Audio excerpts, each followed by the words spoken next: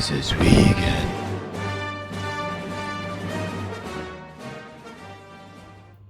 These vegans are a cult, bro. They're so violent, they don't want us to kill animals and exploit cow's milk. Who are they to tell us what to do, bro? I have so many baseless allegations, and with the help of large meat and dairy organizations, we can bring them down, bro. Where do you get your protein from, bro? Grass?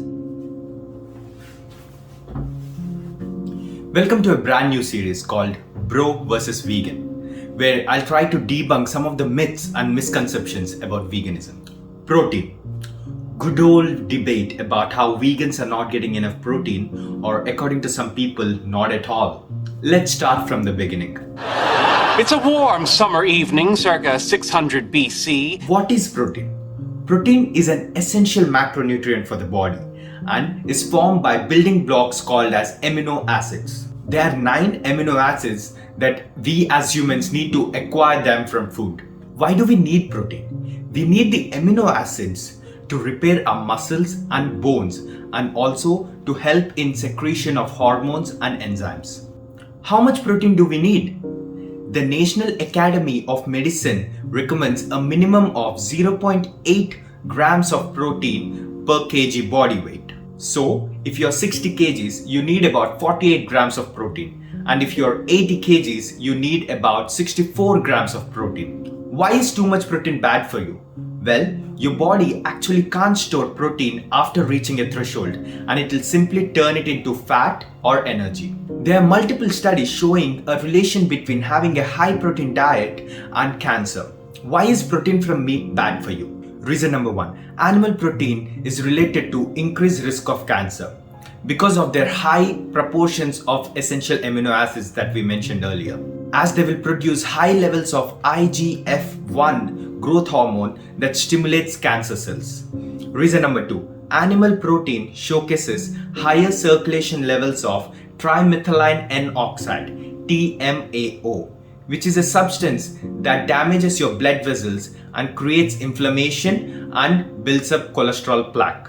Reason number 3. Cholesterol. Most animal food contain saturated fats and cholesterol, even for the so-called lean meats such as chicken and salmon. As you also know, cholesterol leads to heart diseases, which is the number 1 cause of death in US. Also, caged animals live in close proximity, lacking hygiene, and they could develop harmful germs that could transmit from animals to humans. Not so fun fact, 60% of the wild caught fish are filled with microplastics in their organs. Why is plant protein good for you? In simple words, plant protein is packed with nutrients, vitamins, minerals, antioxidants, and showcases again and again to battle against heart diseases, and is also beneficial to have a long, beautiful life. Now that we understand protein does not mean meat, and it's the amino acids that our body requires, we also discussed about the drawbacks of animal protein. So how do we substitute plant-based protein in your lifestyle and don't worry about the protein requirement at all? These are some of the best sources of plant protein. Number 1, tofu. Tofu is made from soybeans, and 100 grams of tofu has about 15 to 17 grams of protein. Tofu is also a complete protein with the right proportions of amino acids. For some good measure, 100 grams of eggs has about only 13 grams of protein. Not only that, tofu is high in calcium, manganese and copper, giving you about 50% of the daily requirement. Number 2, chickpeas. 100 grams of chickpeas has around 10 grams of protein.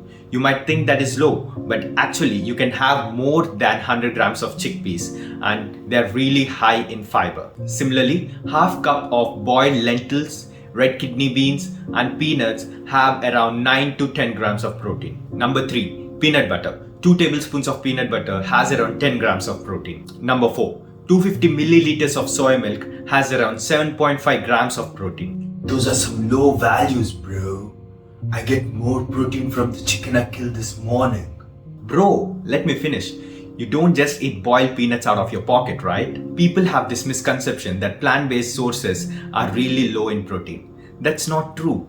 You don't just eat individual components, right? You actually have really good meals. These are some of the meals that I have very regularly, and stay tuned because I will be dropping the recipes of these videos very soon. Tofu burrito. A serving size of 2 small tofu burritos has about 26 grams of protein. Indian classic, rajma and rice or dal and rice has about 23 grams of protein. My favorite and a very quick lunch is a tofu sandwich which has about 22 grams of protein. Oatmeal. I start my day either with oatmeal or overnight oats and it has about 25 grams of protein. Pasta and soy granules is a recipe I love and has about 22 grams of protein with just 25 grams of soy granules in it. As you make these meals, you can bump up the protein content based on your body weight and athletic needs.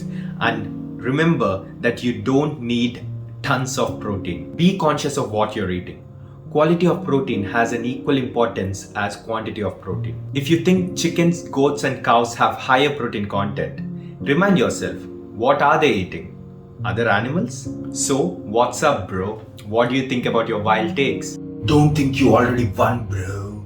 I will be back. Well, I will be back too.